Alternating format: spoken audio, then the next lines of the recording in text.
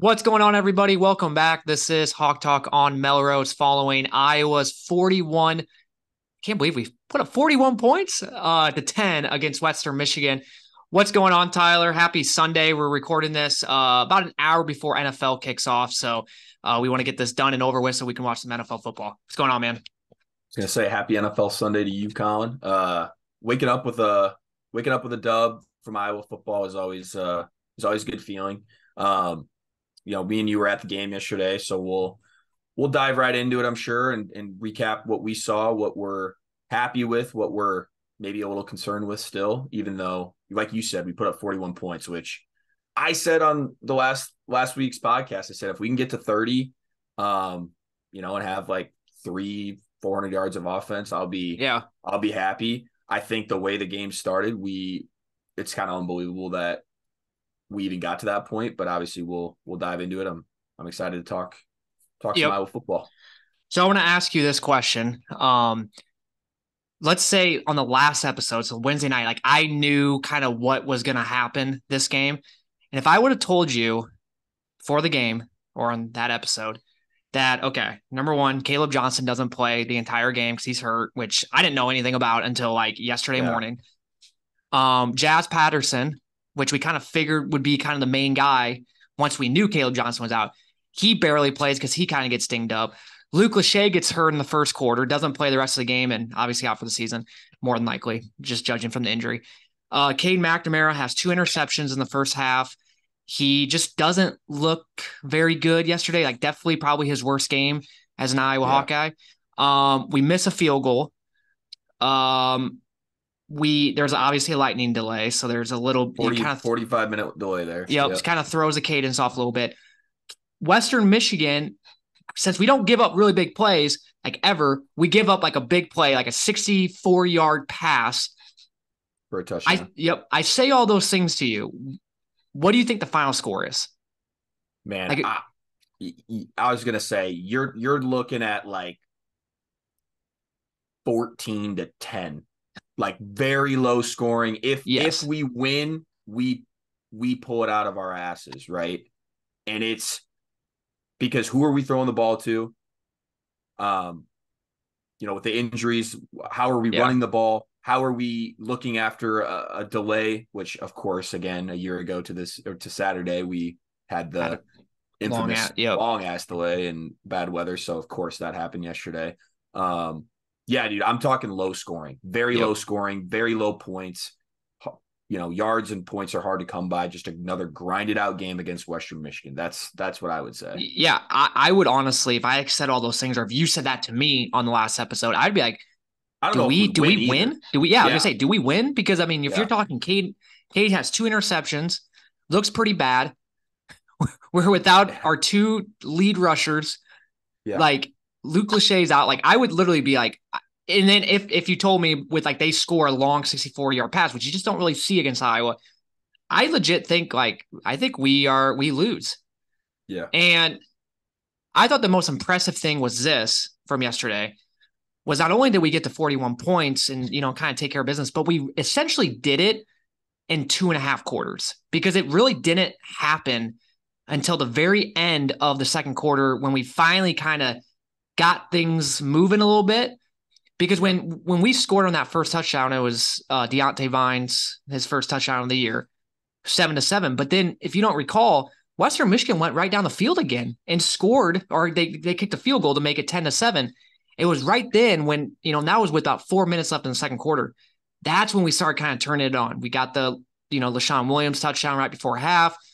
We probably should have scored again right before half. If Yeah. Cade throws a little bit sooner to Seth Anderson, and then the rest is history. So like I thought that's the most impressive thing is not only did we get to 41 points, but we essentially did it in about 2.5 quarters, which is good to Well, see. I was just gonna say, I mean, that just goes to show. I think we came in and we weren't ready. We weren't ready to go. I think No, we kind of slept walk through that first half, really, like you said, up until the end of that second quarter, really. But it was weird because you look around the country and I feel like a lot of teams did that yesterday, right? against a Yeah. lot of inferior opponents, kind of played maybe down to their level of competition, especially early. And there were some games that were a lot closer than maybe people thought. So I think you're right. I think it's very impressive that we still came out, because you're exactly right, Colin. Like with our offense and this team and kind of what we've seen, especially in recent history, it's like, man, how we were feeling in the stadium, even really halftime, we were like, what is going on right Yeah. now? I was concerned. I really was. I was Yeah. genuinely concerned that we weren't even really maybe even going to win the game, especially, early in how we looked. First quarter, I definitely felt like, especially around the lightning delay, I was like, Yeah, and I no. know it's a long game, but it's like, wow, this is shaping in. But you laid it out, right? That's all the makings for like how a team gets upset, right? Yep. Especially at home, like just how bad we were playing, the turnovers, the Missed missed field field goal. goal, and the other thing that me and you noticed in this when we were watching the game, how many like opportunities did our defense have or special teams have that we were just, man, we were So so close close. to getting a Yep. pick or a fumble, and it just, the ball didn't bounce our way, and it's like, man, this is just, it's going as about as bad as it can go, especially early. Yeah. Yeah, Especially, and then in the second half, those things started kind of going our way. We got that block right. punt. We got the fumble. So those were things where it's like, God, it's like this Yep. entire year we were like, we've been so close to getting some of these plays, and we finally got that in the second half, which was Yeah. pretty good to see. Um, so obviously for me, the biggest thing, like the biggest positive, was the run game. I mean, we Yeah. finished with, what was it, 254 rushing yards, but if you minus Cade's sacks, Yeah. we're damn near close to 300 rushing yards. I mean, We that haven't been is, there in a no, long we time, haven't. Colin. And this Yeah. is what you're supposed to do against an inferior team. Yeah. You have a Big Ten, big offensive line against a not as talented, not as deep, not as big defensive line. And this is what should happen. This is what should have happened against Utah State. This is why we were kind of frustrated after the Utah State game, because it's like, we should not have a problem bowling these guys around and pushing these guys around. We did exactly that yesterday. It was so encouraging. And I know it was Western Michigan, but it gives the offensive line some confidence. They had no confidence. I mean, you look at last year, you look at the Yeah. Utah State game, like we needed a game like this where it's like, hey, we can do this. Like, I know it's Western Michigan, but we can do this. We can get the run game going. I love how we're not doing as many zone run plays. I don't even know. Did we run any outside zone yesterday? I mean, if we did, it was Few, but very, very, very yeah. limited. Yeah. I love the gap run plays, the power run plays. It's something that counters. Yep. Those are things that are working. I'm glad we're Clearly that's doing it. something we're good at because it's working, right? Exactly. Yeah. And it was just really good to see. And not only that, but it was good to see some of these young guys, obviously without Yeah. Caleb Johnson there, without Jazz pretty much the entire game. It was good to see some of these younger guys, but very, very encouraging to get the run game going. I'm glad we at least got that going, because the next thing I was going to say, the next semi disappointment was just like, I wish we would have got the pass game going a little bit. We finished with only 133 passing yards. We were 11 for 22. I would have liked to see a little bit more there, but at least we got the run game going.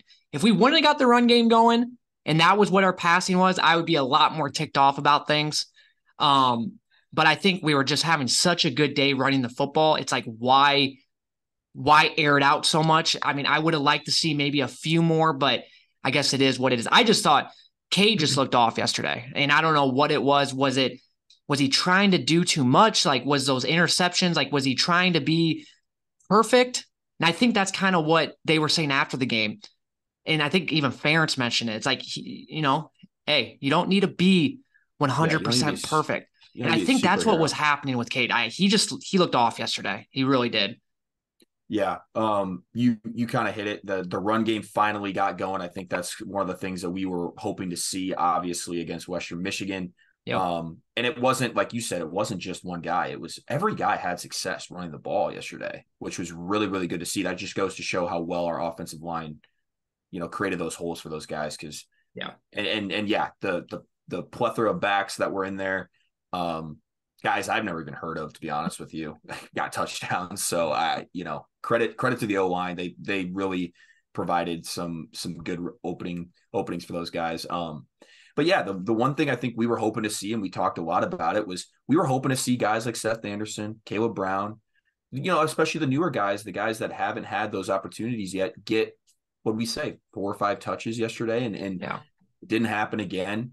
Um, I think a lot of it, like you said, Cade didn't look very good. I mean, if we're being real about it, he didn't look great yesterday. And, the pass protection a few times was kind of questionable too. I know they blitz a lot. So, maybe that was part of it. But there was a couple of times where, like on those interceptions, it's like, if he was just a tick sooner, right? To Seth Anderson, that was a touchdown. He was wide open.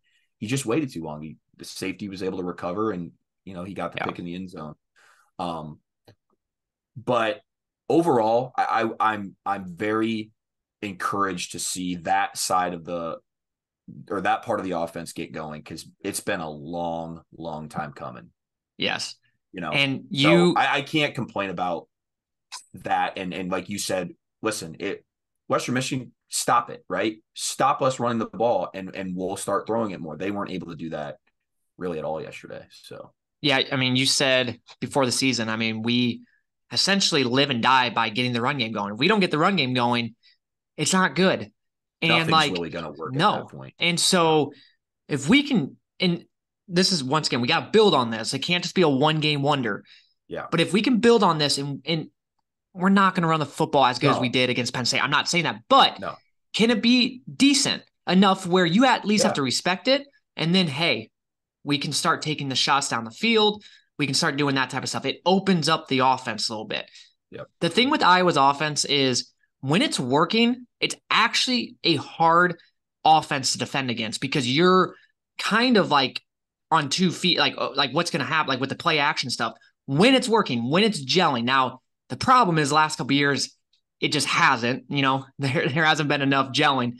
There hasn't been enough things, because it always seemed like one thing was just not very good, and Yeah. especially the run game. But if that can get going, it just opens up everything for everything else.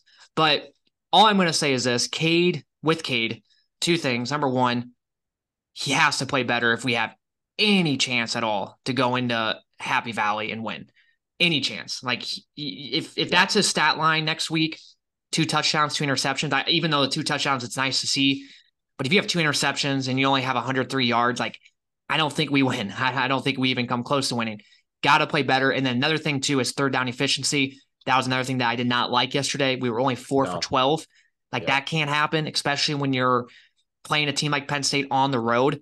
4-12 is not going to get it done. So we got to work on that. I know week 1, we were actually really good on third down efficiency. I don't know about Iowa State. I would have to go back and look, but that is something that we need to work on and get better at I as think we were we pretty approach good Penn State. at Iowa State, if Were I'm we? not mistaken. Yeah, I think it was pretty high, unless that was the first game. I can't remember. Yeah. Maybe it was the first game. I'm not sure, but yeah, I agree. Third downs wasn't great yesterday. I think we put ourselves in some long third downs too, where it's highly unlikely that we're going to convert, right? Yeah. With sort of an obvious passing down, it's tough. So Yeah. Like, if we take a sack, it's pretty much like series is over.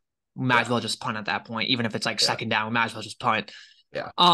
One last thing about the offense, I think obviously it's so unfortunate Luke Lachey got hurt. I think that would, if there was one like bad feeling leaving the stadium, it was probably that, like, our best receiving threat, probably is out for the year, done, which sucks. done. Yeah. It makes you wonder if moving forward now, because we run a lot of 22 personnel, obviously 2 tight ends, 2 wide receivers. I wonder, with Luke Lachey getting hurt, we have Addison Ostrengo, we have Steven Stevianos or whatever his name is.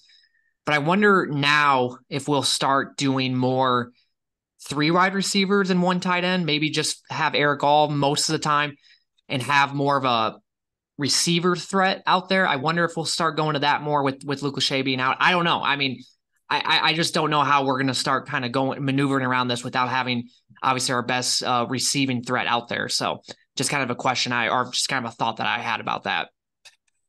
And those backup tight ends both had a couple of catches yesterday too. They did. Go back and so that's a good question. Will we kind of stick with it?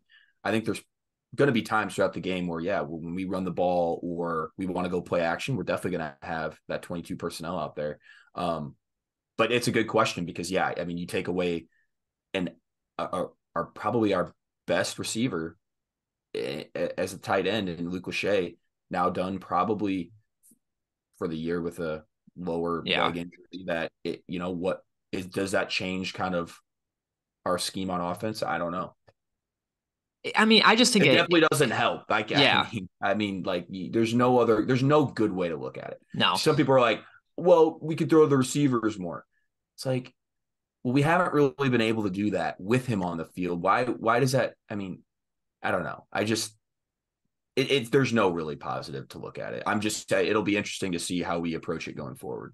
I think the biggest loss too with this is like defense has had a scheme against Luke Lachey. I mean, that's something that like, Yeah. he's a really big threat, and that's something you really have to focus on. Like, you have to focus on this dude. And now without him out there, Right. that's like It's one less probably thing one that you less. have. Yeah, one less thing you have to worry about as a defense. And that's the only thing that kind of, I shouldn't say the only, because there's a lot of things that suck about him getting hurt. And once again, like they haven't came out yet with what, but just judging from what Yeah. we saw, him wearing a boot, what Kirk said being serious, Crutches. I'm just He gonna said, say he's out yeah. for the year. Yeah. Like there's no other way to put it. Yeah. Before we switch to defense, since we always forget about the special teams, I do want to bring up how good the special team unit was yesterday, from punt return to punt rush to the kickoffs to the kick returns. Like, they put us in some damn great situations. We obviously got 2 points out of one of them. Just really good to see. Obviously, week one special teams was not very good. We obviously had that punt block, and last week it was better, but this week, man, like it really looked good. And that's telling you, like, when our special teams is really good, like it makes things so much easier. It's something that you just don't really think about, but it can go a long way. I was gonna say, I think that when you look at those, when you talk about maybe like a week 1 to week 2 jump, or you talk about just early in the season some things that you want to see get better. I think the special teams as a whole really is something that you could look at, that maybe it's a little off the radar, that you might look at and be like, wow, we have really progressed in a couple of weeks, right, from where we started. And yeah, with Cooper DeJean's returns and Torrey Taylor punting it and getting them at the 2-yard line like multiple times. I know we missed a field goal with Drew Stevens, which hopefully, I mean, knock on wood, I feel good about Drew Stevens, man. He's a really good kicker. And I just think that played into just how that game started, right? It was just what could go wrong did go wrong. I still believe in the guy. He's pretty much automatic. So I have no fear in that. But man, yeah, guys stepped up in the in that phase of the game, right? And that put us in, like you said, a great field position most of that second half. So that's, I think, was good for the offense as well to start there. I know I keep bringing up like the Penn State game, but once again, if the special teams looks like they did against yesterday, not saying we win, but like once again, it's like something that can add to at least making it a game. Part of it. Yeah. If it's we all get part of the makings of an upset, right? Yep. Really, it is. We get good field position many times next week, or we get a punt block, or like 09 with Adrian Claiborne. I'm just saying, like, those things matter. And so it was just good to see, because if we can build on that too, like special teams, like it's a unit where you just don't really think much about. And I always say, when it's really bad, then you start noticing it.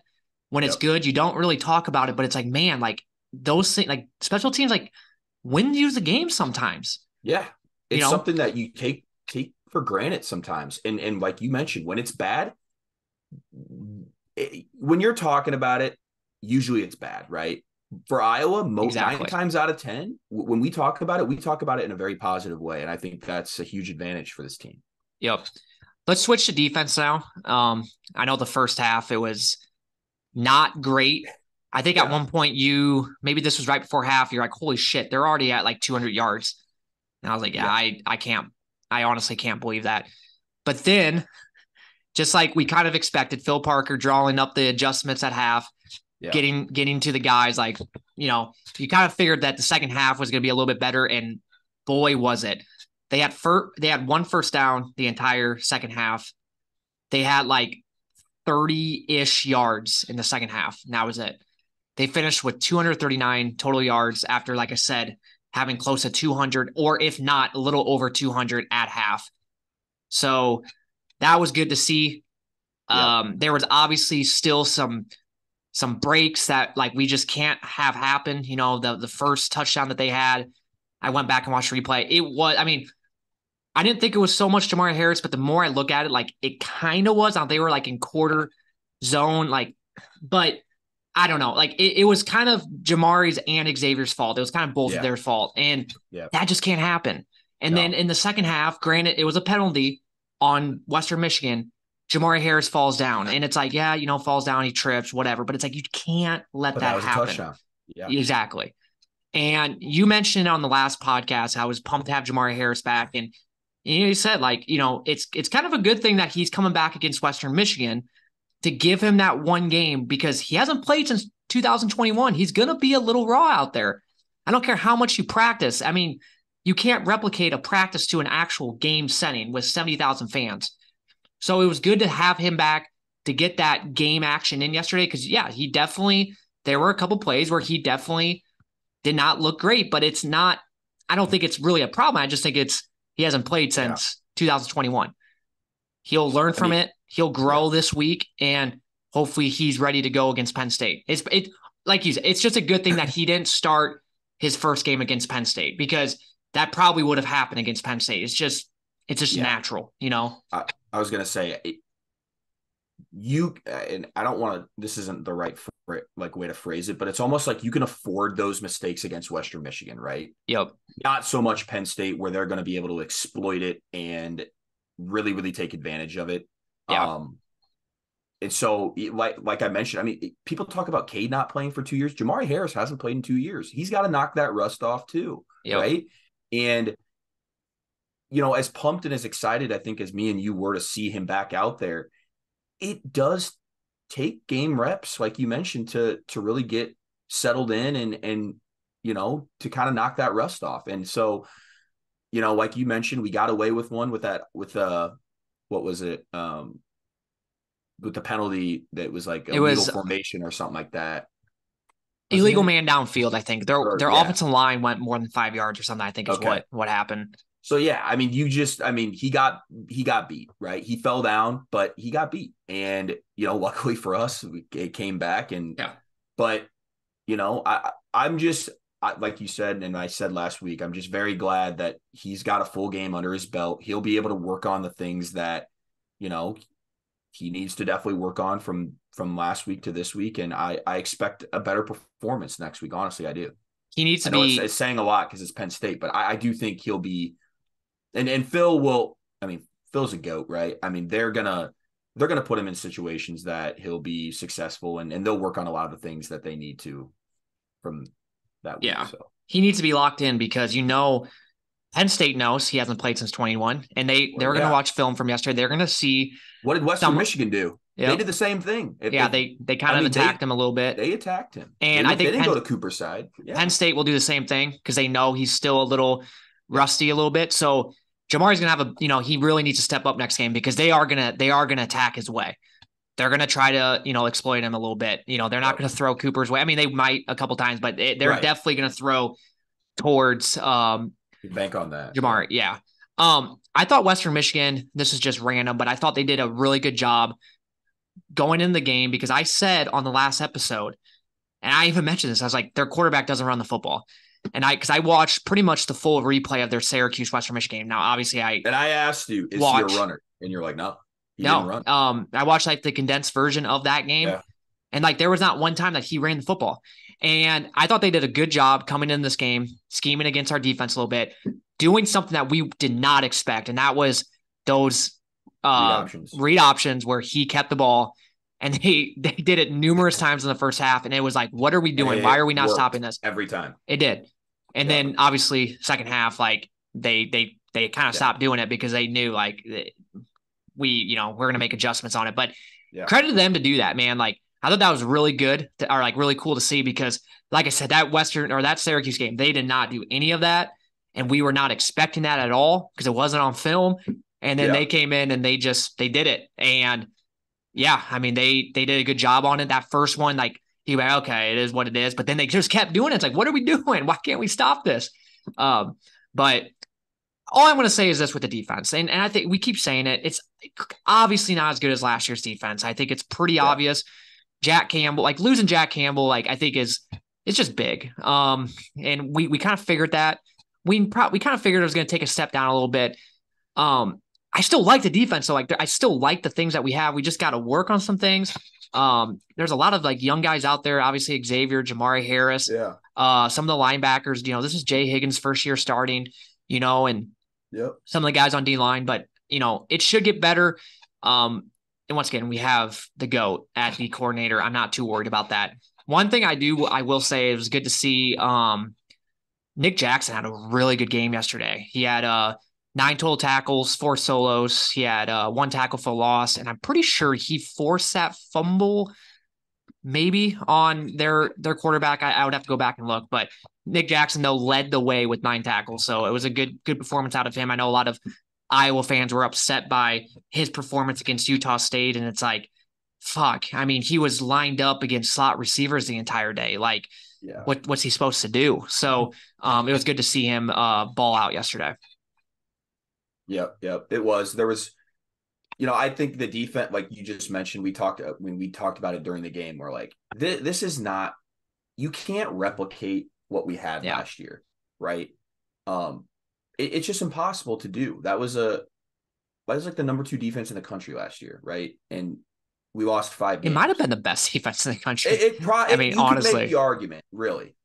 And man, so when we give up a maybe an explosive play, I think me and you we go back to like, how is this possible, right? Like, but we have to remember that this is not the same team as last year. It's just not. It probably won't be going forward. But they still only held them to 10 points.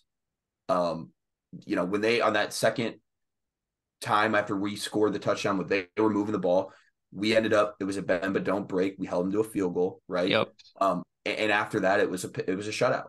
So I just think you're exactly right. There's some things we definitely got to work on. We got to make sure we can not give up those explosive plays. I mean, that is something that Kirk Ferentz and Phil Parker, like, that's their philosophy is nothing deep, right? Everything's got to be in front of you. Right. You can't get beat. If you're going to score, it's going to be you methodically worked your way down the field and scored. We're not supposed to be giving up 64-yard passing touchdowns. And me and you said it during the game. Give the credit to Western Michigan's quarterback. That was a hell of a throw. I mean, it was. He laid it right on the money. Along the sideline, only where that guy could get it. And yeah, Xavier wasn't over the top to help. And obviously Jamari got beat a little bit. So just a good call, good throw. You live with that one. You hate to see that from our defense, but I thought overall, the tackling I thought looked really good.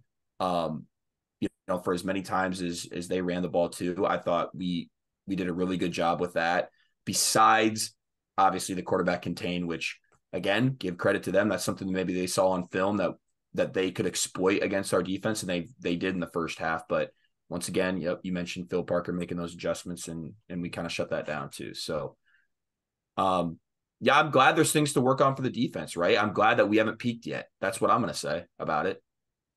Yeah, no, for sure. And I just think overall yesterday it was just a refreshing game, especially after the way it started. I mean, man, listen, with the way it started, I couldn't be happier with the outcome. Seriously, because me and you were sitting there like, this is horrible to watch right now. And it went from horrible to watch to we were having the time of our life at the end of the game watching dudes score touchdowns that I've never seen before. So it was a really good way to respond in the second half. Yep. It's what you're supposed to do. Like what they said on Sound Off, a good team is supposed to do that against a bad team. Yes. And good teams win, great teams cover. So we covered the 28. I'm happy. So a lot of people weren't happy about that. And I didn't know if you were going to bring it up or not, but no, a lot of the national media, and this just goes back to what we said. It's just going to be a talking point with this Brian Ferentz 25 again. Media making a big deal out of it. And yeah, of course, we score. Everybody in the media it helps making his average. Yep. And it's like, you really think that's the reason why no. We already got to 25. So and I get it. The first 2 weeks we didn't, so people are like, "Oh, he needs to get his average back up to 25." And I think a lot of Iowa fans, and maybe just realistic fans said too. It's like, and I thought David Eicholt said it perfectly. It's like the backups work hard in practice too. The scout guys, the guys that Exactly. don't get into the game, like give them an opportunity to score a touchdown, because this is that type of game where they should be able to do that, and they did. Also, it's not our fault that Western Michigan went for it on fourth down on like the 30-yard line. Like, That's a good you point. know, it's like, what Yeah, do you expect at that point? We're only 30 yards away. Like, yeah, I, exactly. Yeah, I don't didn't know. I It's didn't like just, that. But this is why we said this contract is stupid. This clause in this contract is dumb, because yes, it's just going to because be a constant talking point from the media. And sure enough, exactly. Saturday it was. Yep, exactly. So as we kind of turn the page to Penn State, we'll have we'll do probably, well, maybe, I don't know. It just all depends. We'll be down in Phoenix. We might do a podcast down there. It's sounding like we probably will. It'll probably be short and sweet, to Yeah. the point. I guess if we don't, we don't. Apologize for that, but I think we probably will. I will say though, before we kind of end this though, um, yesterday at least makes me feel a little bit better. I still don't think we'll win next week. I think it'd be one of those games where we would really have to play our best. Yeah. But someone said it perfectly on Sound Off. It's like, okay, we're going to be double digit underdogs. We technically really don't need, I mean, we don't need this win. I mean, or what we do, but like at the end of the day, it's not the end of the world. You Yeah. know, at the end of the day, it's just like, let's just go out there. Let's just see what happens. If, Yeah. if we lose, we lose. It's not a big deal. We're expected to lose. Like, let's just go out there, play, nothing to lose on our shoulders, and just see what happens. And that's all we can ask for. And if we lose by 2 touchdowns or whatever, like it is what it is. We'll move on. That's the toughest team we'll face all year, toughest environment. We'll learn from Yeah. it. And Yeah. if we somehow do go in there and make it a game, then that's awesome. Hell yeah. Let's fucking go. So that's I was, kind of where I'm at.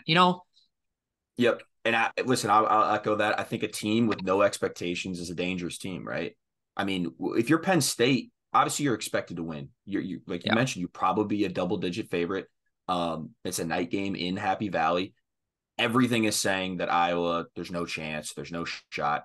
I agree with you. I'm not sitting up here and going to say we're going to win that game. That's unrealistic of me. Um, but what I will say is, I think we'll learn a lot about this team, right? We'll learn a we lot will. about how we play in tough environments and big games. And, you know, honestly, like we mentioned during this pod, Cade's just got to play better for us, I think, to really have a shot, right? Yep. And the run, there's got to be some semblance of a run game. I'm not saying we need to run for 200 some yards like we did against Western Michigan, but we got to perform some on offense to give ourselves a shot. And hey, get it to the fourth quarter, give me within 7-10 points in the fourth quarter. You never know what can happen. So Exactly. That Penn State Illinois game yesterday, it it showed like, okay, Penn State's really, really good. I'm not saying they're not, but they're not like the it Georgia was, team from last year. Like anything can happen. Illinois had 5 uh, turnovers yesterday. and they only put up 30.